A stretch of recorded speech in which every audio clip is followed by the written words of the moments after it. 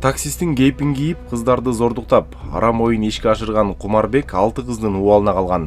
Ал кыздарды унаасына салган соң бычак менен коркутуп, колдорун таңып, ээн жерге алып барып зордуктап, муунтуп, тумчуктуруп өлтүргөн.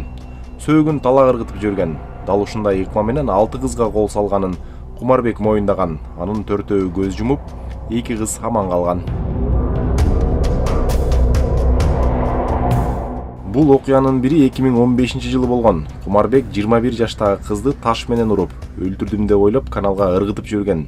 Ал кыз аман калып, ички иштер органдарына кайрылып, кылмышкерди таанып, тастыктаган.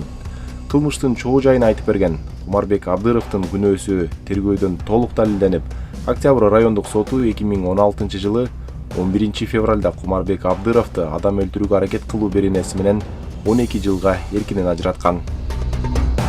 Бирок Кумарбек Абдыровдун тарапташтары биринчи инстанциядагы соттун чечимине нааразы болуп, Бишкек шаардык сотуна кайрылышкан.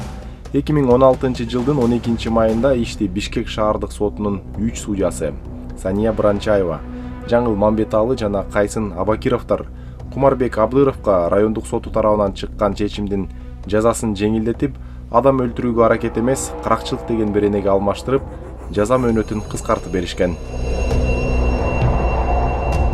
Аталган соттор жана прокурорлор ишти кароо учурунда Кумарбек Абдыровдун жактоочусу Сагын Жунусовдун ортомчулугу аркылуу акчалай сыйлык алышып, мыйзамдарды бузуу менен Кумарбек Абдыровго берилген жазаны жеңилдетишкенин Кумарбек жана анын жакындары сурак учурунда айтып берди. Райондук суд 12 жыл бергенден кийин кантип кайра 7 жылга акча беришти да.